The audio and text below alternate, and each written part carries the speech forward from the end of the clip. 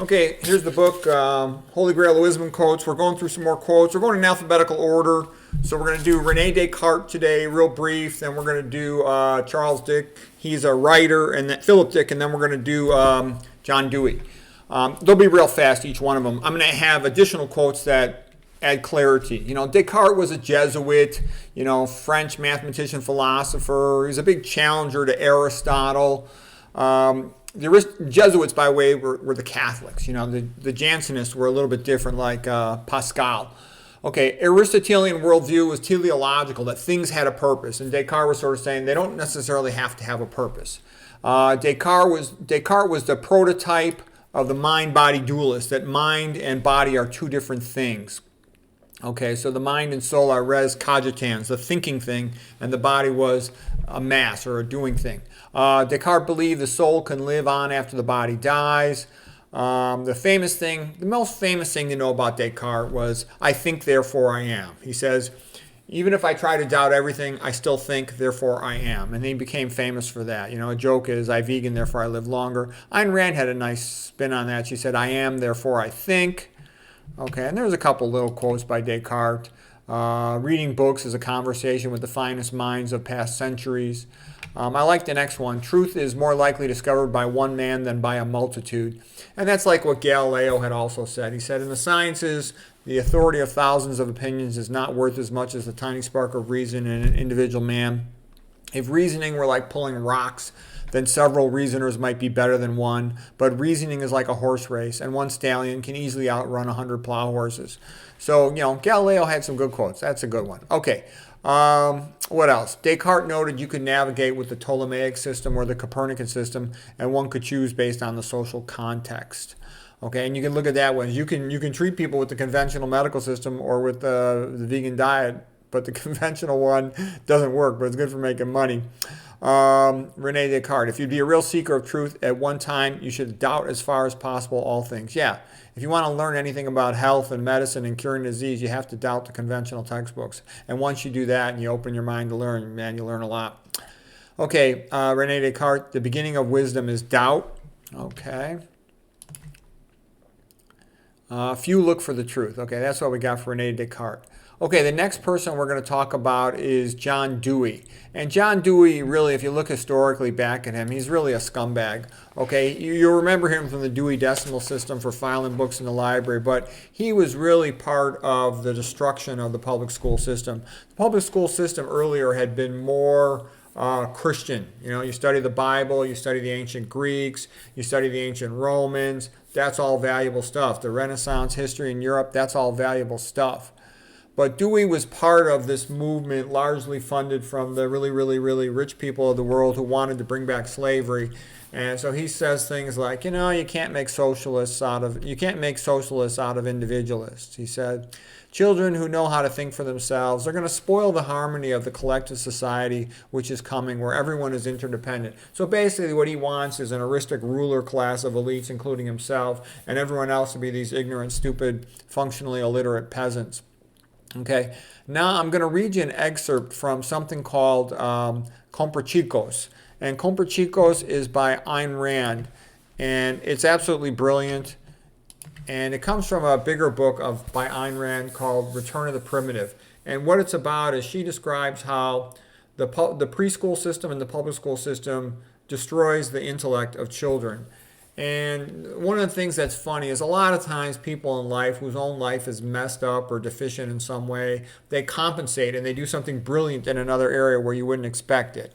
Because people will say things, well, Ayn Rand, she's a selfish bitch. She didn't even have any children.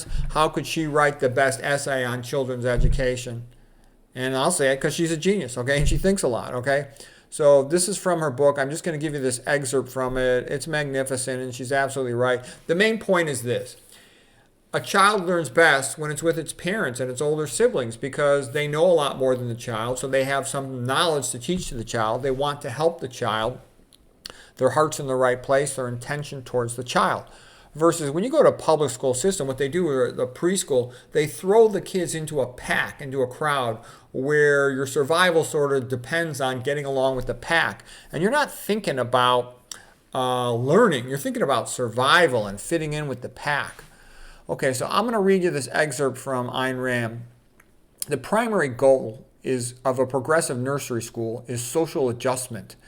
The purposeful, disciplined use of intelligence is the highest achievement possible to man. That is what makes him human. The higher the skill, the earlier in life that this learning should be started. A small child is only mildly curious about, but not really interested in children of his own age. He is not seeking equals, but his cognitive superiors, people who know. A 3-year-old delivered into the power of a pack of 3-year-olds is worse off than a fox delivered into a pack of hounds. The fox is at least free to run. The 3-year-old is expected to court the hounds and to seek their love while they tear him to pieces. After a while, he adjusts. He learns not to question the supremacy of the pack. He learns that if the pack disapproves, he is wrong and his desire is frustrated. If the pack approves, then anything goes. Thus, the embryo of his concept of morality shrivels before it is born. He learns that it is no use starting any lengthy project of his own, such as building a castle out of boxes. It will be taken over and destroyed by the others. He learns that anything he wants must be grabbed today, since there is no way of telling what the pack will decide tomorrow. He learns to hide his feelings, to simulate them. He cannot know by what imperceptible steps he too has become a phony. The pack now stands between him and reality. With the will of the pack as the dominant power, he has adjusted. To adjust. To develop, a child needs a period of privacy in order to learn and to think. He has acquired in the pack no incentive, no motive to develop his intellect. Of what importance can reality be to him if his fate depends upon the pack? It's the little misfits who have the best chance to recover, the children who do not conform, the children who endure these 3 years of agonizing misery, loneliness, and confusion, intellectual abuse by their teachers and their peers, who remain aloof and withdrawn with the feeling that there is something wrong in that nursery school. Nature gave him an emotional warning. He does not like himself when he engages in what they tell him to do. I can remember I was expelled from 2 preschool schools, not for any reason. I don't remember having any understanding of it all, but I just didn't fit into the preschools. I don't know, I just didn't do what they wanted me to do, and I got booted out of 2 preschools. Okay, and now she continues about John Dewey. John Dewey is the father of modern education, including the progressive nursery schools. And by the way, she hates John Dewey because she believes he intentionally designed the school system for this purpose, social adjustment to the pack, rather than for learning. And he deliberately dumbed down children and prevented them from developing their individualism. Okay. She says, this education by memorizing without understanding, that's how you train an animal. That's not education for humans. Humans should be educated by learning to understand things. The predominance in school of memorizing things is proper only for the first few years of a child's education while he is observing and gathering perceptual materials. From that time forward, once he's reached a conceptual level, from the time he's learned to speak, his education requires a progressively larger scale of understanding and progressively smaller amount of memorizing. The look-say method of reading has led to reading neurosis, which did not exist prior to the introduction of the look-say method. Yeah, phonics is a much better way to teach a kid to read. The ultimate result is that half of the college freshmen are functional illiterates, and they are also unable to read a book. Knowledge acquired by memorization alone cannot be retained beyond the next exam, and sometimes not even that long. Yeah, if you talk to people, just go ahead and ask anybody you know, ask yourself, what do you remember from grade school and high school if you went to a public school? And most people say almost nothing. I can remember how to type, I can remember driver's ed, I can remember the social stuff, but I don't remember almost anything from my classes. And it's deliberately designed that way. Also, mathematics, the purpose of mathematics, like algebra, trigonometry, geometry, and calculus, that's designed to make people stupid. And at first you'll say, oh no, math requires a lot of thinking. No, math is irrelevant for 99% of the population beyond anything you learn in about 4th or 5th grade. And it's really a waste of time, and they shouldn't force people to study it because there's much more valuable things to learn. You can always teach yourself math if you need it. You know, I'm a triple boarded, Harvard-trained, high-tech doctor. I don't use anything I didn't know by about 3rd grade in mathematics. You don't need it, even for high-tech stuff, for most high-tech stuff. So it's a waste of time for the vast majority of the public. They should be learning things like study skills, entrepreneurship, finance, how to get along with the other sex, how to choose a spouse, things that they will use in their life. Okay, Ayn Rand continues. This combination of grouping children by age to foster a pack mentality of conformism and teaching them based on memorization of disconnected facts destroys individuality, deliberate destruction of individuality, and it turns children into stale little conformists. A thinking child cannot conform. Thought does not bow to authority. Learning is a conceptual process, an educational method devised to ignore, to bypass.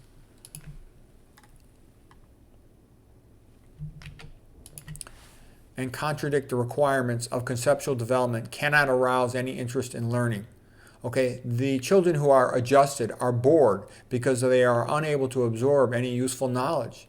The independent children are bored because they seek knowledge and not the games of class projects or group discussions. The first group is unable to digest the lessons. The second group is starved of interesting material. Yeah, and in my third grade, I thought school was such a joke. I would just goof around, try to make my friends laugh. In third and fourth grade, I was put into a pod classroom by myself, like solitary confinement. All I did was read those SRA, Scholastic Reader Achievement Series, little card books or whatever.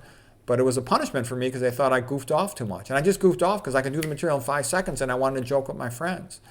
I hated public schools. They were a complete waste of my time. Okay, the independent children who resist the conditioning and preserve some part of their rationality are predominantly shunted or self-exiled into the physical sciences and allied professions, away from social, philosophical, or humanistic concerns. The social fields, and thus are the fields of society's future. These fields are left to the adjusted, the conformist, the stunted, the twisted, the mutilated minds of the comprachicos technique, which it was intended to produce. And what is the motive of comprachicos technique? It is to rule them. Okay, by turning people into ill-thinking, illiterate conformists, it's easy to control. To rule them. Man's mind is his basic means of survival and his self-protection. Reason is the most selfish human faculty. It has to be used in and by a man's own mind, and its product, truth, makes him inflexible, intransigent, impervious to power of any pack or any ruler. If a man is deprived of the ability to reason, he becomes docile, pliant, an impotent chunk of clay to be molded into any subhuman form and used for any purpose by anyone who wants to bother. If men are to be ruled as slaves, then reason is the enemy. You don't want them to be able to think. You want them to just obey. Ayn Rand continues, if you want to see hatred, look at the writings of Immanuel Kant, of John Dewey, of Marcuse, and their followers, and you will see pure hatred, hatred of reason and of everything it implies, hatred of intelligence, of ability, of achievement, of success, of every bright, happy, benevolent aspect of man. Yeah, that was my experience I went through. I was sort of hated by the minority system when I was in med school because I was winning the academic awards and they felt I wasn't enough of a minority. My mom's an off-the-boat Puerto Rican. I'm more minority than most of them, okay? But they hated me for being so great at school and stuff. Literally, I had professors and attending doctors that were pretty nasty to me. And even ever since, I'm always shunted out of the main limelight because I'm not a conformist, mediocre wimp. That's what's wanted by most institutions. I'll come back to that in a moment. You'll see where that's all going. The graduates in philosophy who can recite the differences. There are graduates in philosophy who can recite the differences between the early and later Wittgenstein, but they have never had a course on Aristotle. What they are teaching today has no relevance to anything, neither to theory, nor practice, nor reality, nor human life. The conditioning phase of the comprachicos has been completed. The students' development is arrested. Their minds are set to respond to slogans, as animals respond to a trainer's whistle. Their brains are embalmed in the syrup of altruism as an automatic substitute for self-esteem. They would obey anyone, and what they need is a master. They need to be told what to do. They are ready now to be used as cannon fodder. That's what I mean by a slogan. You just give them a slogan. Oh, that's racism. Oh, that's inappropriate. And like a dog whistle, they'll jump and do anything. That's sexist. That's misogynist. That's patriarchal. All this nonsense is all part of this goal to feminize society, to break all the groups into parts, to make people not get along, to create a bunch of public people that are very easy to control. They don't want thinking individuals that want freedom and free speech and privacy and ownership and life, liberty, and the pursuit of happiness. They want a bunch of conformist little slaves. Okay, Ayn Rand continues. They are trained as a pack of freaks, ready to be unleashed against anyone. The most damning refutation of the theories of all the hippie activist Marcusian hordes is the drug-glazed eyes of their members. Men who have found the right way of life. They do not seek to escape from awareness, to obliterate their consciousness, and to drug themselves out of existence. And I think she makes a good point. If a man's trying to achieve something and do something good, he wants to achieve. He doesn't want to drink alcohol. He doesn't want to get drunk. He doesn't want to get stoned. He wants to do the good thing that he's doing. And what Ayn Rand is saying, look at the 1960s. You have all these people that are distracted fools, doing drugs and LSD and all this stuff because they had no focus. Sort of a Apollonian comparison with Dionysian. Okay, and Apollonian's a lot better. Okay, well, anyways, that's it for Dewey. I know that was a little long-winded, but Ayn Rand I thought was interesting. We'll be done with Charles Dick real fast, okay? So Charles Dick basically said the most basic tool for the manipulation of reality is the manipulation of words. If you can control the meaning of words, you can control the people who must use these words. So this is what all this stuff about is forcing you to choose a new pronoun, taking a word that always meant something good and then now making it mean something bad.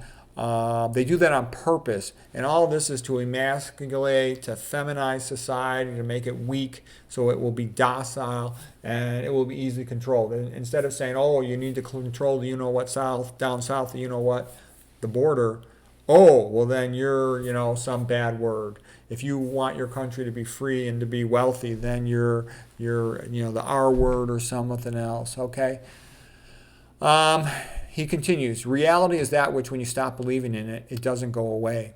In a society of criminals, the innocent man goes to jail.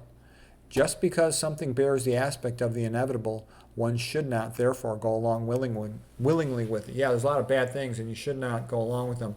I'll give you one more quote too. I like this. It's from Robert Conquest. He was a historian.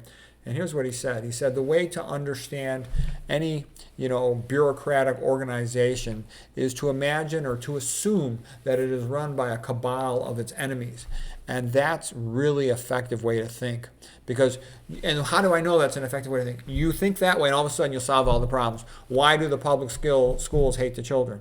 Well, because they do, because they want to prepare them for slavery. That's why they want to use the look-say method so they don't learn how to read well. That's why they give them amphetamines for so-called ADHD, which is a BS diagnosis and has bad outcomes the more you give those types of drugs to the kids. That's why they do things to you-know-what, stare, you-know-what, and lies them. That's why they do it, because they hate the kids and they're trying to prepare them for slavery, not for success. So anyways, that's our quotes for today. I hope that was helpful.